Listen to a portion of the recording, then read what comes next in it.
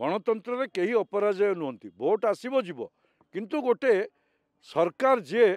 जन कल्याणकारी कार्यक्रम को आगु को नब आ तार टार्गेट ओरिएंटेड करिवो से कथा राज्य में देखा जाऊ नहीं केवल प्रचार सर्वस्व राजनीति एटी चलछि सरकार रो प्राथमिकता पंचायत स्तर रे ए गाड़ी बुलेवा ना पंचायत रे जो गरीब लोकटी तार प्रधानमंत्री आवास योजना पाई नहीं ताकू चाल घर पक्का घर कर रखिबा ये प्राथमिकता सरकार चिंता करि पार नांती। केंद्र रे मोदी सरकार प्रायतः 10 वर्ष पूरण करिया पे जाउछंती आउ किछि मास पर 10 वर्ष पूर्व ओबीसी वर्ग पे ओडिशा रे 54% पछुआ वर्गर जनसाधारण बसवास करती। मोदी सरकार जो जो ओबीसी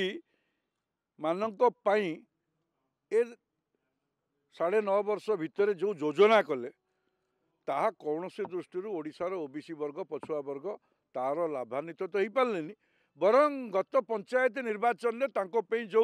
राजनैतिक संरक्षण थिला ताकू हरई बसिले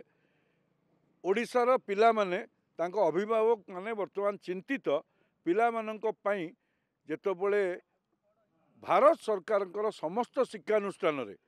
27% रिजर्वेशन अच्छे एडमिशन रे ताकू तो राज्य सरकार कौन सी पिला एडमिशन व्यवस्था कले ना। द्वितीय रे चाकरी रे तो जो भली भाव में देखुंट सबु क्षेत्र में पछुआ वर्ग को एवं जो मोदी जो योजना करिसेंती जो 10% EWS इकोनॉमिक वीकर सेक्शन मानक पई जो माने उच्च वर्गर गरीब लोक तांकू मध्य उपेक्षा करुछंती। ये सरकार उपेक्षा करुछंती केवल आउ केवल एथिरे जो पीठर किछि उन्नतिकरण से परिक्रमा प्रकल्प जगन्नाथंकर हो कि समलेईंकर हो कि आउ किछि कथा करे कि केवल खबर कागज रे बड़ बड़ विज्ञापन दौरान किंतु जो मौलिक विषय सेमानंको उत्थान करिवारे मोदी सरकार योजना काम करूना। गत 3-4 दिन तले एक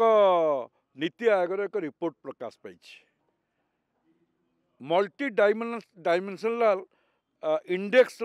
जो रिपोर्ट आछि ओडिशारु प्रायतः देश में 25 कोटी ऊर्ध्व लोक